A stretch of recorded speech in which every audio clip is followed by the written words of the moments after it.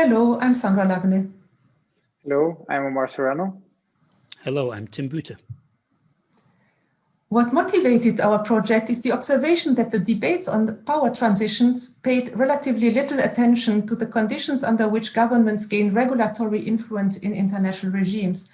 That is, the power to shape the contents of international rules and to propose new ones to which then other countries concede, including the old traditional regulatory hegemons like the EU and the US.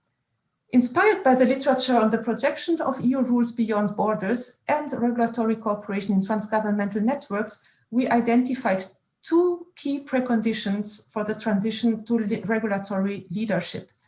Firstly, regulatory capacity, and secondly, regulatory capabilities.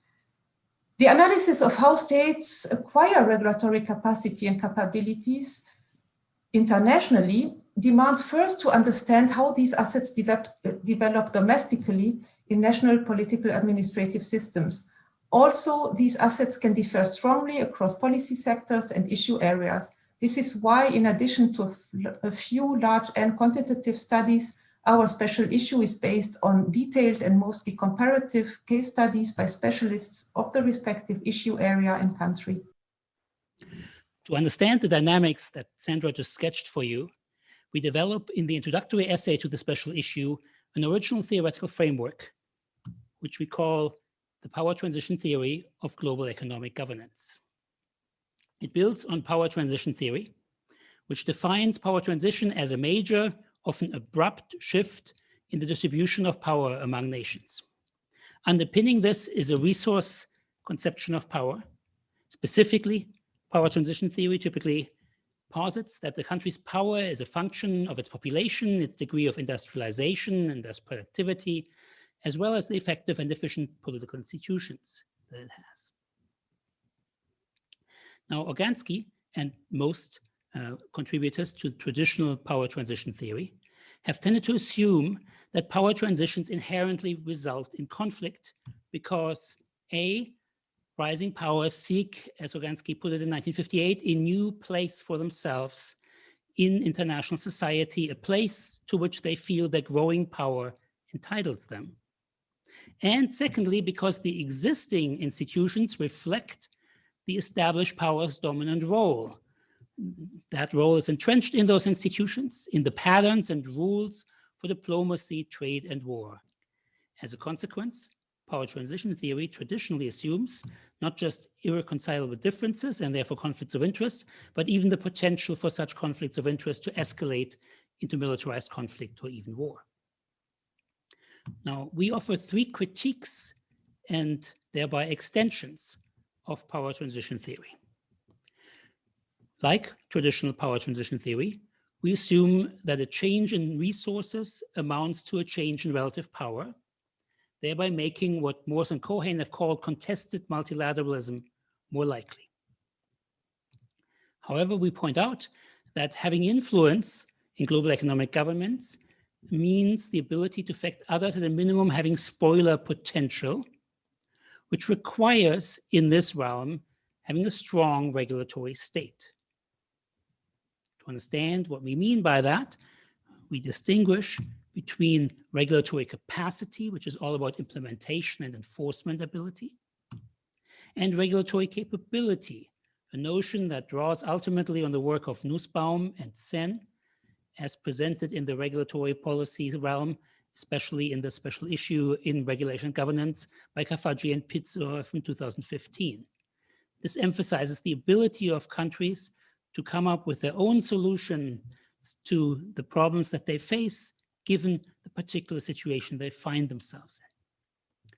We see these two dimensions of the regulatory state as being related to each other in such a way that we can derive from it the common notion of the institutional strength of the regulatory state. This is one of the key variables in our framework. We point out that developing strong regulatory states, that is, regulatory capacity and capability, is ultimately a political choice, which to understand requires an analysis of the domestic politics. The second critique now we have is of the assumption of traditional power transition theory that the state is unitary and power resources are highly fungible. This assumption we reject. Instead, we argue that the pertinent expertise and resources needed for regulatory capacity and capability are issue-specific, often not very fungible at all, such that the regulatory state is disaggregated. It's possible for a country to have a high level of capacity and capability in one realm and a low level in another. Theoretical models, as well as empirical analyses, therefore must allow for this kind of variation by issue area.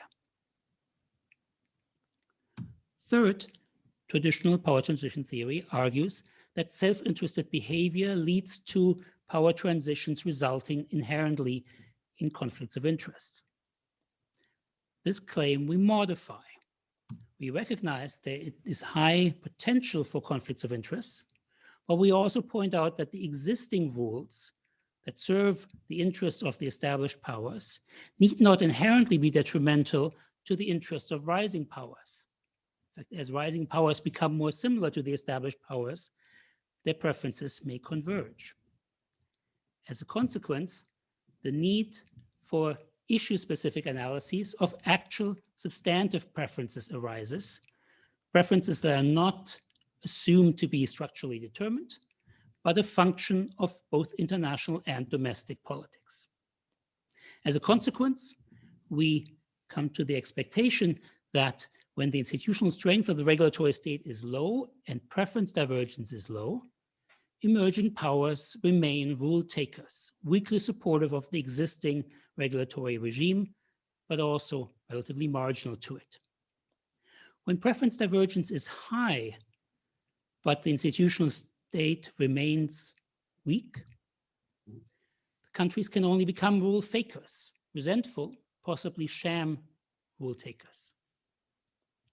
Where preference divergence remains low or becomes low, and the institutional strength of the regulatory state rises, we get rule promoters. Now, when both the institutional strength of the regulatory state and preference divergence is high, the outcome will depend on a third factor. To the extent that the preferences of the rising powers are accommodated by the established powers, we will expect the newly emerging power to then become rule makers, transforming the regime, but maintaining a single coherent global regulatory regime in the process. By contrast, if their preferences are not accommodated, we would expect the emerging power to become a rule breaker or a spoiler, effectively undermining the existing regime. Our framework thus expects variance in outcomes across countries over time and by issue area. For this reason, the papers in this special issue look at the BRICS, especially China, India, and Brazil, but also at middle powers such as Mexico, South Korea, and Turkey. They look at a variety of trade-related regulatory issue areas: antitrust or competition policy, export credit governance, intellectual property protection, labor mobility, and public procurement. First paper does a statistical analysis looking at the degree of divergence amongst the set of countries from the current rules governing the global economy. The study by Simon Evenett shows that there's significant divergence in the institutional strength that you can see here at the y-axis, but also in terms of their preferences, which is reflected on the x-axis. You can also see that there's significant divergence amongst the BRICS themselves.